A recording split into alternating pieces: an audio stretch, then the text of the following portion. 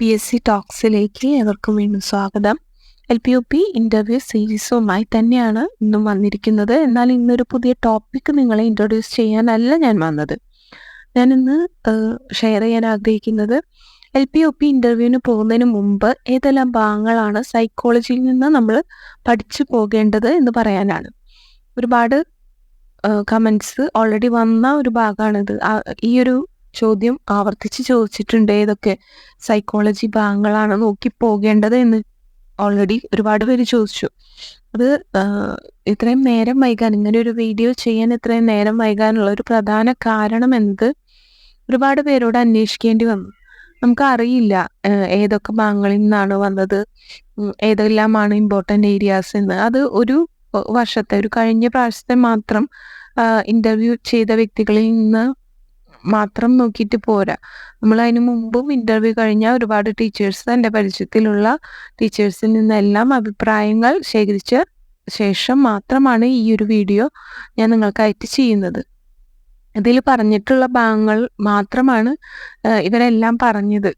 ഞാൻ ഓൾറെഡി അന്വേഷിച്ച ഒരുപാട് ടീച്ചേഴ്സിൽ നിന്നും, അതുപോലെ തന്നെ നമ്മുടെ യൂട്യൂബിൽ ഒരുപാട് വീഡിയോസ് കിടക്കുന്നുണ്ട്, ഒരുപാട് ടീച്ചേഴ്സ് അവരുടെ അനുഭവങ്ങൾ പങ്കുവച്ചത്. ഇവരിൽ നിന്നെല്ലാം കളക്ട് ചെയ്ത് നോട്ട് ചെയ്ത് വെച്ച പോയിന്റ്സ് ആണ് ഇന്ന് ഞാൻ ക്ലാസ്സിൽ പറയാൻ പോകുന്നത്. ഒരുപാട് വലിച്ചു നീട്ടുന്നില്ല, ഇമ്പോർട്ടൻ്റ് ആയിട്ടുള്ള ഏതൊക്കെ പോയിന്റാണ് സൈക്കോളജിയിൽ നിന്ന് ചോദിച്ചിട്ടുള്ളത് എന്ന് പറയാം. ഇത് ചോദിക്കുന്നതിന് മുമ്പേ എനിക്കൊരു കാര്യം കൂടി പറയാനുള്ളത്, ഇതൊരിക്കലും നേരിട്ട് ചോദിച്ച ചോദ്യങ്ങളല്ല. ഇൻ്റർവ്യൂ ബോർഡിൽ നിന്നും എന്താണ് ഗസ്റ്റാൾട്ട് തിയറി അല്ലെങ്കിൽ എന്താണ് ചാക്രിക ആരോഹണ രീതി എന്നൊന്നും അവർ ചോദിച്ചിട്ടില്ല. അവർ എല്ലായ്പ്പോഴും ഈ ചോദ്യങ്ങൾ ചോദിച്ചിട്ടുള്ളത് മുൻപ് ചോദിച്ച ഏതെങ്കിലും അവർ കണ്ടിന്യൂസ് ആയിട്ട് ചോദ്യങ്ങൾ ചോദിച്ചുകൊണ്ടിരിക്കുമല്ലോ, അതുമായി ഏതെങ്കിലും റിലേറ്റ് ചെയ്ത് വരുമ്പോൾ മാത്രമാണ് ഇത്തരം സൈക്കോളജി ചോദ്യങ്ങൾ ചോദിക്കുന്നത്. അതിൻ്റെ ഒരു പ്രധാനപ്പെട്ട കാരണം നിങ്ങൾ മനസ്സിലാക്കണം. നമ്മൾ ഓൾറെഡി LPUP എക്സാം എഴുതിയവരാണ്. 20 മാർക്കിന് നമ്മൾ സൈക്കോളജി എഴുതിയിട്ടുണ്ട്. അതിൽ നമ്മൾ പഠിച്ചു പോയിട്ടുള്ളതാണ്. അതുകൊണ്ട് തന്നെ അവർക്ക് ഓരോന്നിൻ്റെ ഘട്ടങ്ങളോ അല്ലെങ്കിൽ പ്രായപരിധി ഏതൊക്കെയാണ്, മനോവ്യാപാര ഘട്ടത്തിൻ്റെ പ്രായപരിധി ഏതാണ്, അല്ലെങ്കിൽ ബ്രൂണറുടെ ഘട്ടങ്ങൾ, അങ്ങനെയൊന്നും ചോദ്യങ്ങൾ ഒരിക്കലും ഇൻ്റർവ്യൂ ബോർഡ് ചോദിക്കില്ല. അല്ലെങ്കിൽ ഈഗോ ഇതൊക്കെ വിശദീകരിക്കും, ഇങ്ങനെയൊന്നും ചോദ്യങ്ങൾ ഇൻ്റർവ്യൂ ബോർഡ് ചോദിക്കില്ല. അവർക്കറിയാം നമ്മൾ ഇതൊക്കെ പഠിച്ച് പരീക്ഷ എഴുതിയിട്ടാണ് നമ്മൾ ഇൻ്റർവ്യൂവിന് അവരുടെ മുമ്പിൽ വന്നിരിക്കുന്നത്. അതുകൊണ്ട് തന്നെ അത്തരം ഭാഗങ്ങളൊന്നും നിങ്ങൾ പഠിക്കണ്ട, അങ്ങനത്തെ ചോദ്യങ്ങളൊന്നും നമ്മളോട് ചോദിക്കില്ല. എല്ലായ്പ്പോഴും ഇൻ്റർവ്യൂ ബോർഡ് നമ്മളോട് ചോദിക്കുന്നത് സൈക്കോളജി ചോദ്യങ്ങൾ അപ്ലിക്കബിൾ ലെവലിലായിരിക്കും. ഇപ്പോൾ ഞാൻ പറയുന്ന എല്ലാ പോയിന്റുകളും അങ്ങനെ തന്നെയാണ് ചോദിച്ചിട്ടുള്ളത്. അല്ലാതെ ഒന്നും നേരിട്ട് ഡയറക്റ്റ് ആയിട്ടുള്ള ക്വസ്റ്റ്യൻസ് ഒന്നും തന്നെ വന്നിട്ടില്ല. ഇതിൽ ആദ്യത്തെ സോഷ്യൽ കൺസ്ട്രക്റ്റിവിസം ആണ്. സോഷ്യൽ കൺസ്ട്രക്റ്റിവിസം നമുക്കറിയാം വൈഗോട്സ്കിയുടേതാണ്. അതുപോലെ തന്നെ അതിൽ ഉൾച്ചേർന്ന് വരുന്ന 2 പോയിന്റ്സ് ആണ് സ്കഫോൾഡിങ്ങും ZPDയും, zone of proximal development area. ഈ 2 പോയിന്റ്സും വൈഗോട്സ്കിയുടെ ചോദിച്ച് കണ്ടിട്ടുള്ള 2 പോയിന്റ്സ് ആണ്. സ്കഫോൾഡിങ് ഓൾറെഡി നമുക്കറിയാം, ടീച്ചർമാരെ പറ്റിയിട്ട്, ടീച്ചറുടെ കഴിവുകളെ പറ്റി ചോദിക്കുമ്പോൾ സ്കഫോൾഡിങ് വരാറുണ്ട്. അപ്പോൾ ചോദിക്കാം, സ്കഫോൾഡിങ്ങിനെ പറ്റി നമ്മൾ പറയുമ്പോൾ അവർ ചോദിക്കും അത് ആരുടെ ഒരു ഐഡിയ ആണ് എന്ന് ചോദിക്കാം. പിന്നെ അതുപോലെ തന്നെ ZPD, കുട്ടികളുടെ നിലവാരം നമ്മൾ ഉയർത്തുന്നതിനെ പറ്റിയൊക്കെ ചോദിക്കുമ്പോൾ ZPD അവിടെ നമുക്കറിയാം ഇമ്പോർട്ടൻ്റ് ആണ്. ഒരു കൈത്താങ്ങോട് കൂടി കുട്ടികളെ ആ ഉയരുന്ന ലെവൽ, ഇതൊന്നും ഞാൻ പറഞ്ഞു തരുന്ന കാര്യമില്ല, നിങ്ങൾ ഓൾറെഡി പഠിച്ചതാണ്. അതുകൊണ്ട് അതിനെപ്പറ്റി ഞാൻ ഒരുപാട് വിശദീകരിക്കുന്നില്ല, കാരണം ക്ലാസ് ഒരുപാട് നീണ്ടുപോകും. മിക്കവർക്കും അതൊക്കെ അറിയാവുന്ന കാര്യങ്ങളായിരിക്കും. അതുകൊണ്ട് തന്നെ സൈക്കോളജിയിൽ ഫസ്റ്റ് ഇമ്പോർട്ടൻ്റ് ആയിട്ട് ഒരുപാട് പേര് റിപ്പീറ്റ് ചെയ്ത ഒരു ചോദ്യം എന്ന് പറഞ്ഞത് സോഷ്യൽ കൺസ്ട്രക്റ്റിവിസ്റ്റ് ഐഡിയ ആണ്. വൈഗോട്സ്കിയുടെ സ്കഫോൾഡിങ്ങും അതുപോലെ തന്നെ ZPDയുമാണ് അവിടെ റിപ്പീറ്റ് ചെയ്ത് വന്ന 2 ചോദ്യങ്ങൾ. മറ്റൊന്ന് ഗസ്റ്റാൾട്ട് തിയറിയാണ്.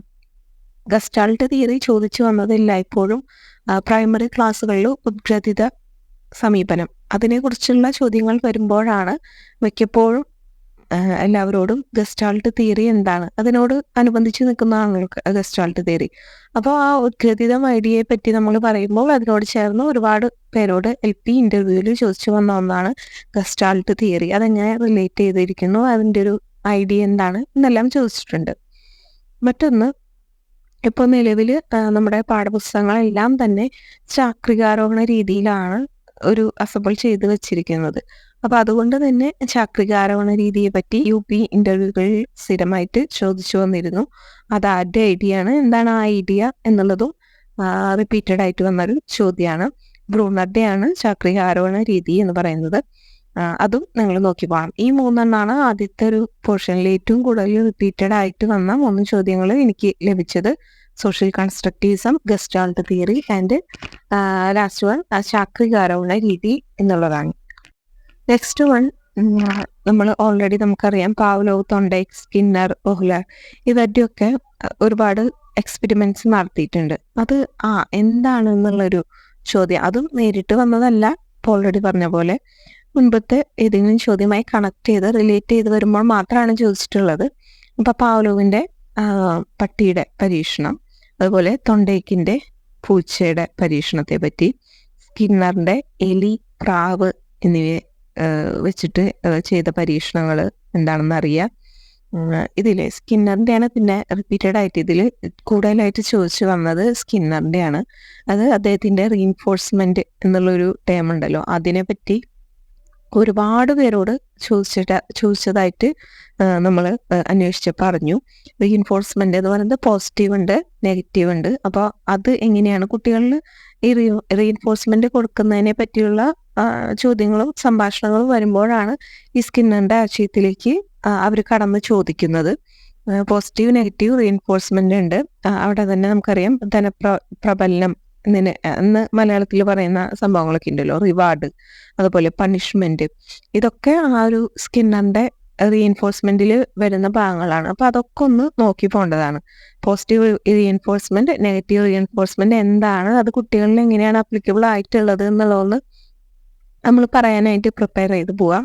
അതുപോലെ തന്നെയാണ് റിവാർഡ്, പണിഷ്മെന്റ്, അത് എങ്ങനെയാണ് കുട്ടികളിൽ എഫക്ട് ചെയ്യണമെന്നുള്ളതും നോക്കി പോവാം. ലാസ്റ്റ് വണ്ണാണ് കോഹ്ലറിന്റെ പരീക്ഷണം. ഇൻസൈറ്റ്ഫുൾ ലേണിങ്ങിനെ പറ്റി പറയുമ്പോൾ അത് ചിമ്പാൻസി എന്ന ഒരു ചിമ്പാൻസി, സുൽത്താൻ എന്ന പേരിലുള്ള ചിമ്പാൻസിനെ വെച്ച് നടത്തിയ ആ പരീക്ഷണം എന്താണെന്നൊന്ന് ജസ്റ്റ് വായിച്ചു പോവുക. ഇൻസൈറ്റ്ഫുൾ ലേണിംഗ് കോഹ്ലറിനെ പറ്റി പറയുമ്പോൾ ആ ഒരു ഐഡിയ ആണ് ഒരുപാട് പേര് വെച്ച് ചോദിച്ച് കണ്ട ഒരു തോട്ട്. ഇതെല്ലാമാണ് പരീക്ഷണങ്ങളുമായിട്ട് വന്നിട്ടുള്ള റിലേറ്റഡ് ക്വസ്റ്റ്യൻസ്. തുടർന്ന് എനിക്ക് പറയാനുള്ളത് മാസ്ലോന്റെ ഹൈറാർക്കി ഓഫ് നീഡ്സ് ഇതിനെ പറ്റിയിട്ടാണ്. അത് ഈ പറഞ്ഞ മാതിരി എല്ലാ സെക്ഷൻ ഏതൊക്കെയാണ് ഹൈറാർക്കി ഓഫ് നീഡിൽ വരുന്നത് എന്നൊന്നും ചോദിച്ചിട്ടില്ല. മിക്കവരോടും ആദ്യത്തെയും അവസാനത്തെയും മാത്രമാണ് ചോദിച്ചു വന്നിട്ടുള്ളത്. അത് ആദ്യത്തേത് നമുക്കറിയാം ഫിസിയോളജിക്കൽ നീഡ്സ് അഥവാ ശാരീരിക ആവശ്യങ്ങൾ. ലാസ്റ്റത്തേത് സെൽഫ് ആക്ച്വലൈസേഷൻ അഥവാ ആത്മസാക്ഷാത്കാരം. അത് ജസ്റ്റ് ഒന്ന് അറിഞ്ഞ് ഫസ്റ്റത്തെയും ലാസ്റ്റത്തെയാണ് അധികം ചോദിച്ചു കണ്ടത്. ഇനിയിപ്പോൾ അറിയില്ല, നമ്മൾ ചോദിക്കാത്ത ഒരുപാട് പേരുണ്ടാവും. ഒക്കെ ജസ്റ്റ് മാസ്ലോന്റെ ഹൈറാർക്കി ഓഫ് നീഡ്സ് എന്തായാലും ഒന്ന് പഠിച്ചു വെച്ച് പോവാം. പിന്നെ പ്രധാനമായിട്ട് ഇതുപോലെ ഒരുപാട് റിപ്പീറ്റ് ചെയ്ത് മുൻപ് പറഞ്ഞ പോലെ ചോദിച്ചു കണ്ടതാണ് ബഹുമുഖ ബുദ്ധി എന്നുള്ളത്. ഓൾറെഡി എല്ലാവർക്കും അറിയാവുന്ന കാര്യമാണ്, എങ്കിലും ലാസ്റ്റ് ഒന്ന് നോക്കി പോകേണ്ട ഒന്നാണ് ബഹുമുഖ ബുദ്ധി. 9 തരം ബുദ്ധികളുള്ളതും ഹവാർഡ് ഗാർഡ്നറാണ് അതിൻ്റെ ഒരു ഉപജ്ഞാതാവ് എന്നുള്ളതും 2 പുസ്തകങ്ങൾ, അതും റിപ്പീറ്റ് അടിച്ച് ചോദിച്ച് വന്ന കാര്യങ്ങളാണ്. അദ്ദേഹത്തിന്റെ 2 പുസ്തകങ്ങൾ 1983 ഇറങ്ങിയിട്ടുള്ള Frames of Mind, next one 1999 Intelligence Reframed. ഈ 2 പുസ്തകങ്ങളും പേരെടുത്ത് ചോദ്യങ്ങൾ വന്നിട്ടുണ്ട്. 2 പുസ്തകങ്ങളുടെയും പേര്. ഇപ്പോൾ ബഹുമുഖ ബുദ്ധി എന്നുള്ള പോർഷൻ, ബാക്കി ബുദ്ധികൾ നമുക്കറിയാം, ബാക്കി ഒരുപാട് പോർഷൻസ് ഉണ്ട്. അതൊന്നും ഇതേവരെ ഞാൻ ചോദിച്ച കുട്ടികളിലൊന്നും ചോദിച്ച് കണ്ടിട്ടില്ല. എല്ലാവരും റിപ്പീറ്റ് ചെയ്ത് പറഞ്ഞൊരു ഐഡിയ എന്ന് പറയുന്നത് ബഹുമുഖ ബുദ്ധിയാണ്, ഗാർഡ്നറുടെയാണ്. അദ്ദേഹത്തിന്റെ 2 പുസ്തകങ്ങൾ 9 തരം ബുദ്ധി, ഇതെല്ലാം ജസ്റ്റ് ഒന്ന് നോക്കി വെച്ച് പോവാം. അതും നേരിട്ടല്ല ചോദിച്ചത്. ഓൾറെഡി ഞാൻ വേറൊരു വീഡിയോയിൽ പറഞ്ഞിട്ടുണ്ട്. ചോദ്യം വരുന്നത് കുട്ടികളുടെ ഏതെങ്കിലും ആക്ടിവിറ്റീസ് അല്ലെങ്കിൽ കുട്ടികളുടെ സ്വിമ്മിങ്, നല്ലൊരു കഴിവ് കൂടാനായിട്ട് നിങ്ങൾ എന്തെങ്കിലും ആക്ടിവിറ്റീസ് നിങ്ങൾ കൊടുക്കുകയാണെങ്കിൽ ഇപ്പോൾ സ്വിമ്മിങ് കൊടുക്കുന്നു. അപ്പോൾ അത് എന്ത് തരത്തിലുള്ളൊരു ബുദ്ധിയാണ് അവരിൽ കൂട്ടാനായിട്ട് സഹായിക്കുന്നത്, അല്ലെങ്കിൽ അവരുടെ ഒരു സ്വിമ്മിങ്ങിന് കഴിവുള്ള കുട്ടീനെ നിങ്ങൾ കാണുകയാണെങ്കിൽ ആ കുട്ടിക്ക് എന്ത് തരം ബുദ്ധിയാണുള്ളത് എന്ന് നിങ്ങൾക്ക് മനസ്സിലാകൂ എന്നൊക്കെ അങ്ങനെയുള്ളൊരു ഇൻഡയറക്റ്റ് ക്വസ്റ്റ്യൻസ് ആണ് എല്ലായ്പ്പോഴും ബുദ്ധിയിൽ കണ്ടുവന്നിട്ടുള്ളത്. അതിൽ ഡയറക്റ്റ് ആയിട്ട് ചോദിച്ചിട്ടുള്ള 2 കാര്യങ്ങൾ, അതിലെ 2 പുസ്തകങ്ങളാണ് ഫ്രെയിംസ് ഓഫ് മൈൻഡും ഇന്റലിജൻസ് റീഫ്രെയിംഡും. ബാക്കിയെല്ലാം തന്നെ ഇൻഡയറക്റ്റ് ആയിട്ട് ചോദ്യങ്ങൾ വന്നിട്ടുള്ളതാണ്. അപ്പോൾ ശാരീരിക ചലനപര ബുദ്ധിയാണ് സ്വിമ്മിങ് ആയിട്ട് റിലേറ്റഡ് ആയിട്ടുള്ളത് എന്നുള്ളത്. അപ്പോൾ ഏതൊക്കെ തരം കഴിവുകൾ ഏതൊക്കെ ബുദ്ധിയോട് റിലേറ്റ് ചെയ്തിരിക്കുന്നു എന്നുള്ളത് ജസ്റ്റ് ഒന്ന് നോക്കി പോവുക. ഇനി 2 പുസ്തകങ്ങളൊന്ന് നോക്കി പോവുക. പിന്നെ ബുദ്ധിമാനം ഐക്യുവിന്റെ സൂത്രവാക്യം ജസ്റ്റ് ഒന്ന് നോക്കി പോവുക. അത് ഒരുപാടൊന്നും ചോദിച്ചില്ല, 1-2 പേരോട് ചോദിച്ചതായിട്ട് ഞാൻ അന്വേഷിച്ചപ്പോൾ അറിഞ്ഞത്. മറ്റൊന്ന് ഇമോഷണൽ ഇന്റലിജൻസിനെ പറ്റിയിട്ടാണ്. വൈകാരിക ബുദ്ധി അദ്ദേഹം ആരാണ് അത് പ്രചാരത്തിൽ വരുത്തിയത് എന്നും ചോദിച്ചു കണ്ടിട്ടുണ്ട് ഡാനിയൽ ഗോൾമാന്റെ. അദ്ദേഹത്തിന്റെ ഇമോഷണൽ ഇന്റലിജൻസ് എന്ന് പറഞ്ഞ പുസ്തകത്തെ പറ്റിയും ചോദിച്ചതായിട്ട് പറയുന്നുണ്ട്. അത് ഈയൊന്നല്ല, അദ്ദേഹത്തിന്റെ ബുക്കിനെ പറ്റി അറിയോ എന്ന് ജസ്റ്റ് ചോദിക്കുക. അത് കാഷ്വൽ ആയിട്ടുള്ള ചോദ്യമായിരുന്നു എന്നാണ് പറഞ്ഞത് ആ ടീച്ചർ.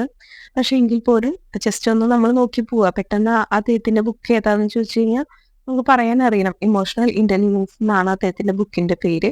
ഡാനിയൽ ഗോൾമാനാണ് പ്രചാരത്തിൽ ഈ ഒരു ഇമോഷണൽ ഇന്റലിജൻസ് എന്നൊരു ഐഡിയ കൊണ്ടുവന്നത്. എന്നാൽ ഈ ആശയം മുന്നോട്ട് വെച്ച 2 പേര് പീറ്റർ സനോവയും ജോൺ മേയർ ആണ്. ഇത് ചോദിച്ചു കണ്ടില്ല, ഞാൻ ജസ്റ്റ് പറഞ്ഞതേ ഉള്ളൂ. പീറ്റർ സനോവ, ജോൺ മേയർ എന്നുള്ള പേരും ജസ്റ്റ് ഒന്ന് നിങ്ങളുടെ മൈൻഡിൽ വെക്കുക. ഈ ആശയം മുന്നോട്ട് വെച്ചത് ശരിക്കും ഇവരാണ്. പിന്നെ അതുപോലെ തന്നെ പിന്നെ എനിക്ക് പറയാനുള്ളത് ഈ ഫ്രോയിഡിന്റെ വികാസഘട്ടം അങ്ങനത്തെയൊക്കെ ഒരുപാട് നമ്മൾ എന്നോട് അന്വേഷണം വന്നതാണ്. അതൊക്കെ പഠിക്കേണ്ട സംഭവങ്ങളാണോ എന്ന്. അതൊന്നും ഇതേവരെ ഞാൻ ചോദിച്ച ടീച്ചേഴ്സ് ഒന്നും തന്നെ എന്നോട് പറയാത്ത സംഭവങ്ങളാണ്. വികാസഘട്ടങ്ങളോ അല്ലെങ്കിൽ ഫ്രോയിഡിന്റെ ഇഗ്ഗോ അങ്ങനത്തെ ഒന്നും ചോദിച്ച് കണ്ടതായിട്ട് ആരും എന്നോട് പറഞ്ഞിട്ടില്ല. അതുകൊണ്ട് തന്നെ ഞാൻ അതൊന്നും കണക്കിലെടുത്തിട്ടില്ല. പിന്നെ പ്രധാനമായിട്ട് ഒരുപാട് പേരോട് ചോദിച്ചതിൽ നിന്ന് എനിക്ക് സോർട്ട് ഔട്ട് ചെയ്തിട്ടുള്ള 3 കാര്യങ്ങൾ മനഃശാസ്ത്ര ഗവേഷണ ഉപാധികളും രീതികളുമാണ്. അത് ഫസ്റ്റ് വൺ കേസ് സ്റ്റഡിയാണ്. ഒരുപാട് പേരോട് ചോദിച്ചിരുന്നത് കേസ് സ്റ്റഡി, ഏകവ്യക്തി പഠനം എന്താണെന്നുള്ളത്. അതും ഇൻഡയറക്റ്റ് ആയിട്ടാണ് ചോദ്യം വന്നിരിക്കുന്നത് എന്ന് ഞാൻ ഓർമ്മിപ്പിക്കുന്നു. പിന്നെ ഒന്ന് സാമൂഹ്യമിതി, സോഷ്യോമെട്രി, മൊറിനോന്റെ. ലാസ്റ്റ് വൺ ക്രിയാഗവേഷണം, സ്റ്റീഫൻ എം കോറിയുടെ ക്രിയാഗവേഷണം. ഈ 3 വളരെ ഇമ്പോർട്ടൻ്റ് ആണ്. ഒരുപാട് പേര് ചോദിച്ചു കണ്ടിട്ടുണ്ട്. അപ്പോൾ നിങ്ങൾ ഈ ഒരു ക്ലാസ് കഴിക്കുമ്പോൾ എന്തായാലും അവർ നോട്ട് എടുത്തിരിക്കുമെന്ന് ഞാൻ വിശ്വസിക്കുന്നത്. ഈ ഒരു പോയിന്റ്സ് ഓൾറെഡി പറഞ്ഞ് ഇത്തരം പോയിന്റ്സ് മാത്രമാണ് ഞാൻ ചോദിച്ച ടീച്ചേഴ്സിൽ നിന്ന്. ഒരുപാട് പേരോട് ഞാൻ ചോദിച്ചു, അന്വേഷിച്ചതിൽ നിന്നും എനിക്ക് ലഭിച്ച പോയിന്റ്സ് ആണ് ഇതെല്ലാം. നിങ്ങൾ ബാക്കിയൊക്കെ നോക്കണ്ടെന്നല്ല, ജസ്റ്റ് ഒന്ന് നോക്കി പൊക്കോളൂ. എങ്കിൽ പോലും നിങ്ങൾ നിർബന്ധമായിട്ടും പഠിച്ച് പോകേണ്ട ഭാഗങ്ങൾ ഇതെല്ലാമാണ്. ലാസ്റ്റ് പറഞ്ഞ 3 ഇതുപോലെ ഒരുപാട് പേരോട് ചോദിച്ചതായിട്ട് കണ്ടു. കേസ് സ്റ്റഡിയും സാമൂഹ്യവിദ്യയും ക്രിയാഗവേഷണം.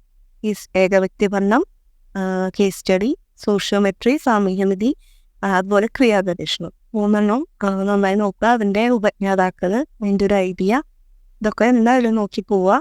അതിന് ഓൾറെഡി മുമ്പ് പറഞ്ഞത് ആ ഒരു പോർഷൻസ് ഇതിൽ നിന്ന് ആയിരിക്കും മിക്കവാറും ചോദ്യങ്ങളൊക്കെ വരിക എന്നാണ് എൻ്റെ ഒരു വിശ്വാസം. കാരണം ഇതൊക്കെയാണ് നമുക്ക് ഇൻഡയറക്റ്റ് ആയിട്ട് കുട്ടികളുടെ കാര്യങ്ങൾ ചോദിക്കുന്നതിനിടയിൽ നമ്മളോട് ചോദിക്കാൻ സാധ്യതയുള്ള ചോദ്യങ്ങളായിട്ട് വരുന്നത്.